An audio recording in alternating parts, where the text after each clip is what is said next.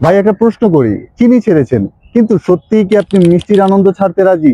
চিনি ছেড়ে আপনি কি মিষ্টি খাবার খাওয়া ছেড়ে দিয়েছেন?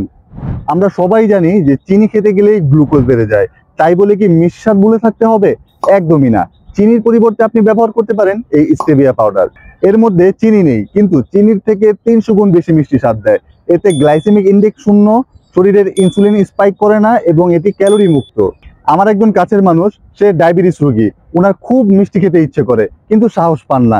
একদিন আমি স্টেভিয়া দিয়ে ওনাকে 1 কাপ চা বানিয়ে দিলাম। উনি এক চুমুক পান করে বড় চোখ করে তাকিয়ে ফেললো, এটা চিনি না?